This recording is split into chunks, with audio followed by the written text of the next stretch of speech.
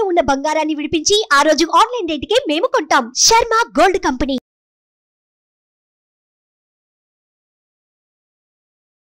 Hi, welcome to our channel. ఈరోజు మనతో పాటు ఉన్నారు జ్యోతిష్య వాస్తు పండితులు, జ్యోతిష్య వాస్తు శిక్షణ నిపుణులు బ్రహ్మశ్రీ నానాజీ పట్నాయక్ గారు. నమస్కారం గురువు గారు. శ్రీమాత్రే నమః. సార్, మే 8వ తేదీన అమావాస్య రాబోతుంది. ఈ అమావాస్య ప్రత్యేకత ఏంటి? మనము ప్రతి అమావాస్యకి ఒక వీడియో చేస్తుంటాం. జనాలు ప్రతి అమావాస్యని చేస్తుంటారు. చాలామంది అడుగుతుంటారు కూడా, ఈ అమావాస్య ప్రత్యేకత ఏమిటి, నెక్స్ట్ అమావాస్య ప్రత్యేకత ఏమిటి ఏంటని. అసలు మీకు ఫస్ట్ ఆఫ్ ఆల్ వాళ్ళందరికీ నేను చెప్పబోయేది ఏంటంటే, అసలు అమావాస్య ఎందుకు చేసుకుంటాము. కొంతమందికి అవగాహన ఉంది దీని మీద, బట్ అమావాస్య ఎందుకు చేసుకుంటామని తెలియాలి. ఎప్పుడైనా గుర్తుపెట్టుకోండి, కాలంలో జరిగేటువంటి మార్పులు ఒక్కొక్క తిథిని బట్టి ఒక్కొక్క ఎనర్జీ ఎక్కువగా ఉంటుంది తిథిలో.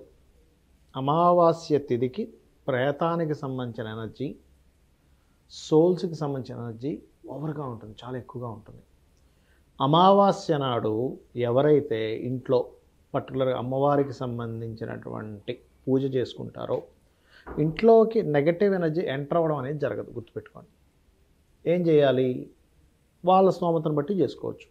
సింపుల్గా ఏం లేదు, అమ్మవారి పటం పెట్టుకుంటాము, లలిత చదువుకుంటే లలిత చదువుకుంటాము. కొంతమందికి నరసింహస్వామి ఇంట్రెస్ట్ ఉంటుంది, నరసింహస్వామి పటం పెట్టుకుని నరసింహస్వామి కరావలంబం స్తోత్రం కూడా చేసుకోవచ్చు.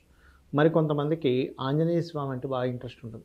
అంటే వాళ్ళ ఎనర్జీస్, వాళ్ళకి కుజుడు బాగుంటాడు, వాళ్ళకి పంచమ స్థానం మంత్రస్థానానికి కుజుడు కనెక్ట్ అయ్యాడు అనుకోండి. ఆంజనేయ స్వామి, సుబ్రహ్మణ్య స్వామి, ఆంజనేయ వీళ్ళు నరసింహస్వామి వీళ్ళకి కనెక్టివిటీ ఉంటుంది. అలాగా వాళ్ళకి పంచమం ఏదైతే గ్రహం కనెక్టివిటీ వచ్చిందో అమావాస్య నాడు ఆ దేవత ఆరాధన. అయితే వీటన్నిటికంటే ఎక్కువ ప్రభావం అమ్మవారికి సంబంధించింది ఎక్కువ బాగుంటుంది చెప్పాలంటే చేసుకుంటే.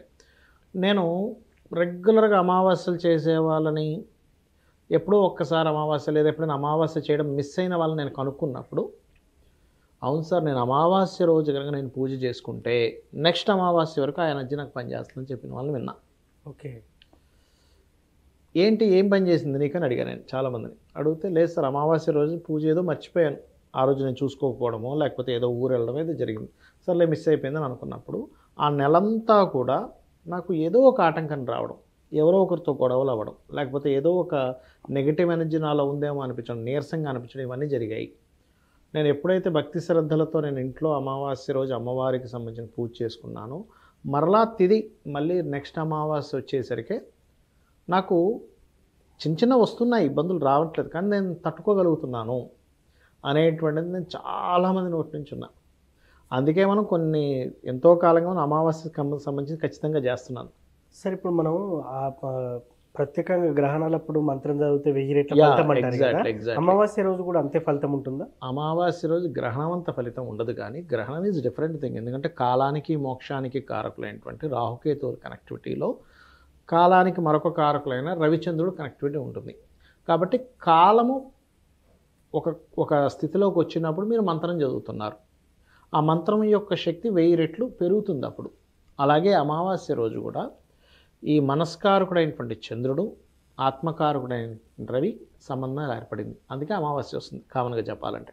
ఓకే, సో ఈ సమయంలో మనం ఏదైతే అమ్మవారి యొక్క ఆరాధన చేస్తామో, ఏమిటంటే దీనికి అమ్మవారి యొక్క ఆరాధన ఏమిటి, భగవత్ ఆరాధనకు సంబంధం ఏమిటి అంటే, మనకి శాస్త్రాల్లో నేత్రములు అంటే ఏవో కాదు, 3 నేత్రాలు అమ్మవారికి కానీ విష్ణువుకి కానీ ఈశ్వరుడికి కానీ చెప్తుంటారు. ఏమిటి ఆ నేత్రాలు అంటే, ఒకటి సూర్యుడు, రెండవది చంద్రుడు, మూడవది అగ్ని. ఓకే, అగ్ని అంటే ఏంటి, మనలో ఉండే అగ్ని అనుకోండి, లేకపోతే ఒక తపస్సు అనుకోండి, ఒక మంత్రం చాంటింగ్ అనుకోండి. మీరేం చేస్తున్నారు, ఆ రెండు కలయిక ఉన్నప్పుడు, మనసు ఆత్మ కలయిక కలిసినప్పుడు అమావాస్య ఏర్పడిన రోజు మీరు చాంటింగ్ చేస్తున్నారు. ఓకే, చాంటింగ్ ఎప్పుడైతే చేస్తారో, 2 నేత్రాలని కదా చెప్పింది, అమ్మవారి దృష్టి పడ్డం కదా మనందరికీ కావాలి. అబ్బా అమ్మ, నీ యొక్క దృష్టి నా మీద ప్రసరింప చెయ్యు అంటున్నాం. మరి 2 దగ్గరికి వచ్చినప్పుడు మీరు మంత్రం చదువుతున్నారు, అప్పుడేమవుతుంది, అమ్మవారి యొక్క దృష్టి మీ మీద పడుతుంది. ఎప్పుడైతే అమ్మవారి యొక్క చూపు పడిందో వాడి యొక్క దారిద్ర్యం తొలగిపోతుంది. ఇలా అమావాస్యల రోజు పర్టికులర్గా ఏంటంటే, కేవలం అమ్మవారి యొక్క ఆరాధన మాత్రమే కాకుండా శాస్త్రంలో చాలా స్పష్టంగా లలిత సహస్రనామాల్లో ఉంటుంది. అదే అమ్మవారి యొక్క ఎనర్జీ ఒకవైపు పితృదేవతల రూపంలోనే, ఒకవైపు దేవతా రూపంలోనే వెళ్తుంది. అందుకని ఆ రోజు పెద్దలకి బియ్యం ఇవ్వడము అంటే ఏం చేస్తున్నారు, ఒకవైపు అమ్మవారిది చేస్తున్నారు, ఒక పెద్దలది చేస్తున్నారు. అట్లా స్వయం పాకం చెయ్యాలి. అంటే ఇప్పుడు అమ్మవారిది చేస్తే అది చెయ్యొద్దు అని కొంత చి, చి, చి. గ్రామాల్లో నానుడి అట్లా ఉంటుంది. ఏమి లేదు. ఇప్పుడు మనకి చూడండి సంవత్సరీకాలు చేస్తుంటాం, ఆబ్దికాలు చేస్తుంటాం కదా, అంటే ఒకవైపు చనిపోయిన వాళ్ళని మొక్కుతూనే మరోవైపు దేవత ఆరాధన రెండు చేయొచ్చు పక్క అనేది పక్కన పెట్టుకోవడం కాదు. దూరం పెట్టుకున్నప్పటికీ కూడా. అయ్యో భలేవారే, ఒకే ఎనర్జీ రెండు రకాలుగా ఉందండి. ఓకే. ఇప్పుడు క్షీరసాగరం మదనం చేశారు, అదేంటంటే రాక్షసులు దేవతలు కలిసి చేశారేంటి అంటే ఇద్దరు కలిస్తేనే పని అవుతుంది. అట్లాగే శాస్త్రంలో చాలా స్పష్టంగా అమావాస్య రోజు మీరు సాయంత్రం పూట అమ్మవారి ఆరాధన చేయండి, ఉదయం పూట స్వయం పాకం ఇవ్వండి అని చెప్పింది శాస్త్రం. ఓకే. సాయంత్రం పూట చేసే అమ్మవారి ఆరాధన మరింత ఫలితం ఇస్తుంది. ఆఫ్టర్ ఈవినింగ్ తర్వాత మీకు ఈ ప్రేత అంటారు మనకు, యాక్చువల్గా ప్రేతలు కానీ ఆత్మలకు సంబంధించినటువంటిది కానీ నెగటివ్ ఎనర్జీ అమావాస్య రోజు ఎక్కువగా ఉంటుంది. ఓకే. ఆ ఎక్కువగా ఉన్నటువంటి ఎనర్జీ ఏం చేస్తుందంటే ఎవరికైనా లగ్నం వీక్గా ఉందనుకోండి, లగ్నం వీక్గా ఉన్నట్టు వాళ్ళు పుట్టినప్పుడు ఉన్నటువంటి సమయం ఏదైతే ఉందో ఆ సమయంలో ఉన్నటువంటి లగ్నము పాపగ్రహ సంబంధం కలిగి లేకపోతే కొంచెం వీక్గా ఉన్నప్పుడు ఇవి వాళ్ళ మీద ప్రభావం చూపిస్తాయి. ఎవరైతే ఈ అమ్మవారికి సంబంధించిన చాంటింగు పెద్దలకి సంబంధించిన దానం ఇస్తారో వాళ్ళ ఎనర్జీ వీళ్ళకి ప్రొటెక్షన్గా నిలబడుతుంది. సో అందుకని ఈరోజు చేసే ఇప్పుడు వాళ్ళ ఎనర్జీ ప్రొటెక్షన్గా నిలబడలేదనుకోండి, వాళ్ళ ఎనర్జీ వచ్చిందంటే సింపుల్ ఎగ్జాంపుల్ చెప్తాను ఇంకా ఈజీగా అర్థం అవడానికి. మనకి కరోనా కోవిడ్ వచ్చింది, మనం ఏం చేసాం, మాస్క్ పెట్టుకున్నాం. అవును. మాస్క్ పెట్టుకుంటే మనకి ఛాన్సెస్ ఇస్ లెస్, ఎక్కడికైనా వెళ్తే రాకుండా ఉండడానికి ఛాన్సెస్ తగ్గాయి.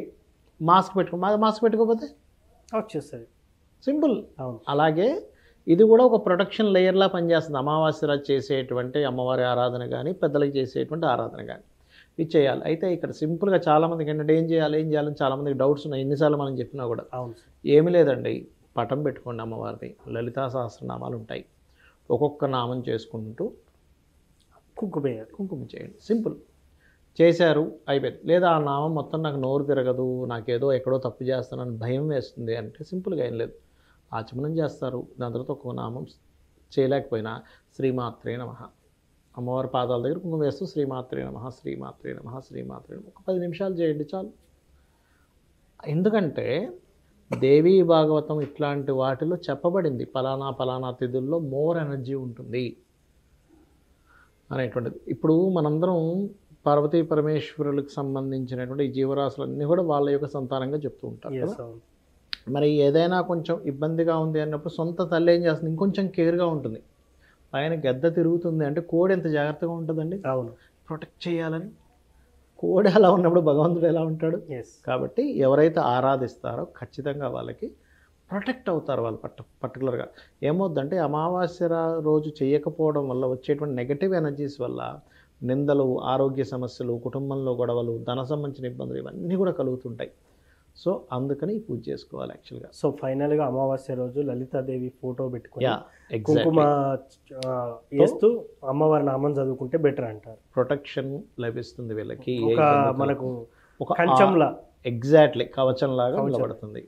Thank you sir. అమావాస్య రోజు ఏం చేయాలి, ఉదయం ఏం చేయాలి, సాయంత్రం ఏం చేయాలి అనేది చాలా చక్కగా వివరించారు. Thank you. శ్రీమాత్రే నమః.